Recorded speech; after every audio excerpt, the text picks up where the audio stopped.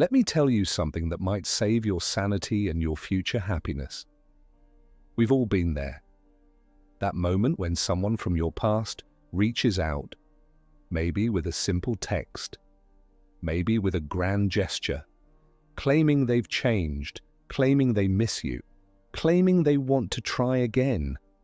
And if you're someone who loved deeply, your heart might skip a beat, your mind might race with possibilities.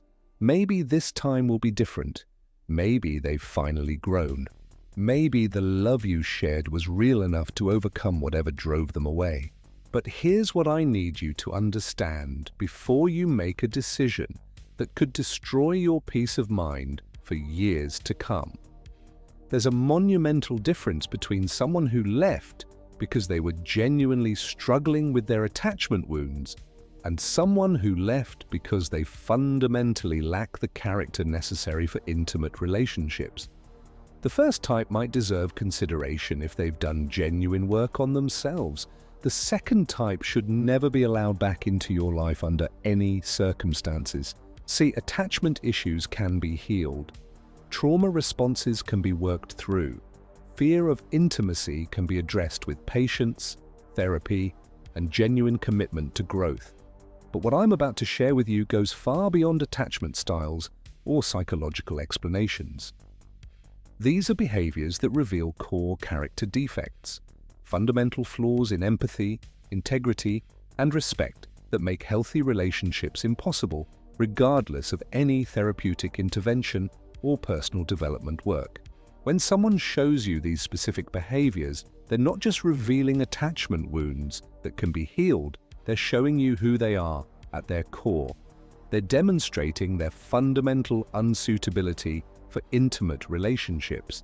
They're proving that they lack the basic human decency required to be trusted with someone's heart, vulnerability, and emotional well-being. The heartbreaking truth is that many of us want to believe in redemption. We want to think that love can conquer all, that people can change, that our connection was special enough to overcome their issues. But some behaviors cross lines that should never be crossed, revealing character defects that don't improve with time, therapy, or love. These aren't attachment issues, they're moral failings that disqualify someone from serious relationship consideration. So before you consider taking back someone who destroyed your relationship, let me walk you through the specific behaviors that should immediately disqualify them from any future access to your heart, your trust, and your life. These aren't just red flags, they're character death sentences that reveal someone fundamentally incapable of the empathy and respect required for healthy relationships. The first behavior that should permanently disqualify someone from your life is when they systematically dismantled your sense of reality through consistent gaslighting and reality distortion. This isn't about occasional disagreements or different perspectives on events. This is about someone who deliberately and repeatedly made you question your own sanity, memory, and perception of reality in order to avoid accountability for their actions. The person who gaslit you didn't just disagree with your version of events. They actively worked to make you doubt your own mind. When you confronted them about their inconsistent behavior, they didn't just deny it, they made you feel crazy for noticing it. When you pointed out their broken promises, they didn't just make excuses, they convinced you that you were remembering things wrong or being too demanding. When you expressed hurt about their treatment of you, they didn't just dismiss your feelings, they made you believe that your emotional responses were evidence of your own instability. This behavior reveals someone who is fundamentally willing to sacrifice your mental health and psychological well-being to protect their own ego and avoid taking responsibility for their actions. They would rather drive you to question your own sanity than admit they were wrong or hurtful. This level of psychological manipulation demonstrates a profound lack of empathy and a willingness to cause serious psychological damage to someone they claim to care about. The gaslighter doesn't just lie about their behavior. They create an entire alternate reality where you're the problem, where your perceptions are flawed, where your emotional responses are evidence of your own dysfunction. They systematically erode your confidence in your own judgment until you become dependent on their version of reality. This is not attachment avoidance. This is psychological abuse designed to maintain control and avoid accountability. What makes this particularly insidious is that genuine gaslighting often escalates gradually. It starts with small denials and minimizations that seem almost reasonable. Maybe they claim they never said something you clearly remember them saying. Maybe they suggest you're being too sensitive about something that genuinely hurt you. Over time, these small distortions of reality compound until you're living in a world where you can't trust your own perceptions or feelings. The person who gaslit you has demonstrated that they value their own comfort and ego protection more than your psychological well-being. They've shown that they're willing to sacrifice your mental health rather than face the discomfort of genuine accountability. This behavior doesn't stem from attachment wounds or fear of intimacy. It stems from a fundamental lack of empathy and respect for your humanity. When someone like this tries to return to your life, they often attempt to gaslight you about the gaslighting itself. They'll claim you're exaggerating, that you're remembering things wrong, that you're being dramatic about their past behavior. They'll suggest that you're the one who has perception problems, and that they're graciously willing to overlook your flaws and give you another chance. This is gaslighting about gaslighting, a meta-level manipulation that should confirm everything you need to know about their character. The excuse that they were just defending themselves or trying to help you see things more clearly is a manipulation tactic. Healthy people don't defend themselves by attacking someone else's grip on reality. They don't help others see clearly by making them doubt their own perceptions. The person who gaslit you has shown that they're willing to cause serious psychological harm to avoid facing uncomfortable truths about themselves. The second behavior that reveals irreparable character defects is when they deliberately sabotaged your other relationships and support systems. This goes beyond normal jealousy or insecurity about your connections with others. This is about someone who systematically worked to isolate you from friends, family, and other sources of support because they viewed these relationships as threats to their control over you. The person who sabotaged your other relationships didn't just express concern about certain people in your life. They actively worked to damage or destroy these connections. They planted seeds of doubt about your friends' motives, created drama and conflict at family gatherings, manufactured emergencies during important social events, or spread lies and rumors designed to turn people against you. They made it increasingly difficult for you to maintain relationships with others until you found yourself isolated and dependent on them for social and emotional support. This behavior reveals someone who views relationships as zero-sum games where they need to eliminate competition for your attention and loyalty. They don't want you to have other sources of support, validation, or perspective because these relationships might help you see their behavior more clearly or give you the strength to leave. They systematically work to make you dependent on them by cutting off your other options for connection and support.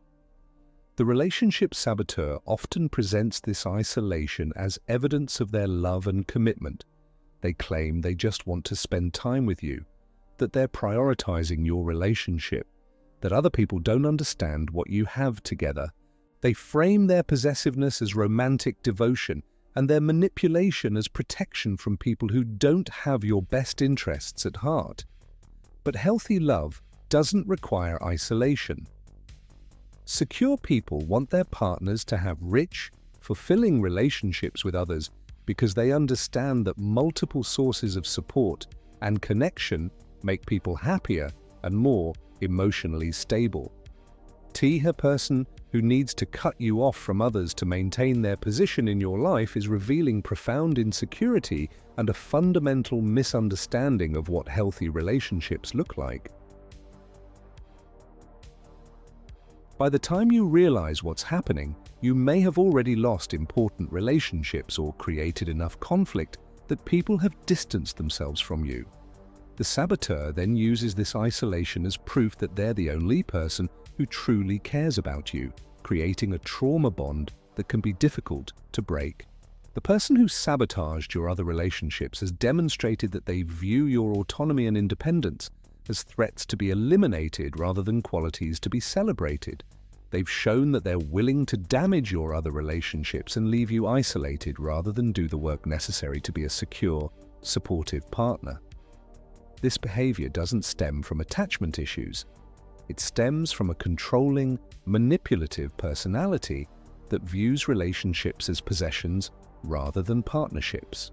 When someone like this tries to return to your life, they often do so when they sense that you've rebuilt your support systems and regained your independence. They may suddenly express newfound respect for your friendships or claim they've learned to appreciate your need for other relationships. But this apparent change is usually just another manipulation tactic designed to get back into your life so they can begin the isolation process all over again.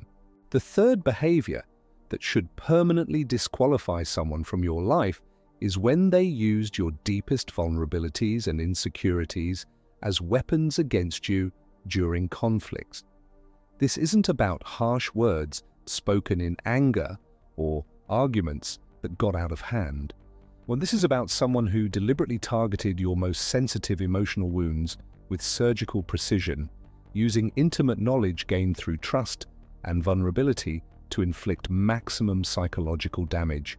The person who weaponized your vulnerabilities didn't just say hurtful things during fights.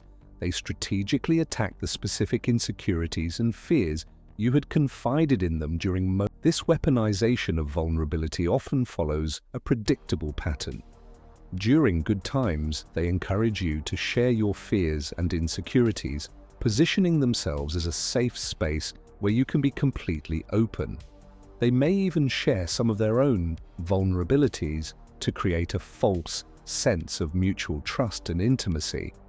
But when conflict arises, they immediately reach for these vulnerabilities as their weapons of choice, using your own openness as ammunition against you. The excuse that they were just angry or didn't mean to hurt you so deeply doesn't justify this behavior. Healthy people don't respond to relationship conflicts by deliberately targeting their partner's deepest wounds. Even in the heat of anger, emotionally mature individuals maintain certain boundaries and don't intentionally inflict psychological damage on people they care about. When someone like this tries to return to your life, they often attempt to minimize the significance of their emotional cruelty. They may claim they were just being honest, that they were trying to help you face your issues, or that you're being too sensitive about things that were said during arguments. But the deliberate targeting of your vulnerabilities reveals a level of emotional sadism that doesn't improve with time or explanation. The fourth behavior that reveals irreparable character defects is when they consistently prioritize their image and reputation over your emotional well-being and the health of your relationship. This isn't about someone who occasionally cared about appearances or wanted to present their best self to the world. This is about someone who was willing to sacrifice your happiness, your mental health, and your relationship to maintain their carefully constructed public persona. The image-obsessed person didn't just care about looking good. They were willing to lie, manipulate, and hurt you to protect their reputation. They would rather have you suffer in silence than risk anyone knowing about their relationship problems. They prioritized strangers' opinions over your emotional needs and were more concerned with maintaining their social media presence than addressing the real issues in your relationship.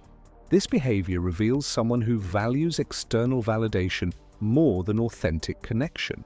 They see relationships as props in their personal brand rather than meaningful partnerships between two people.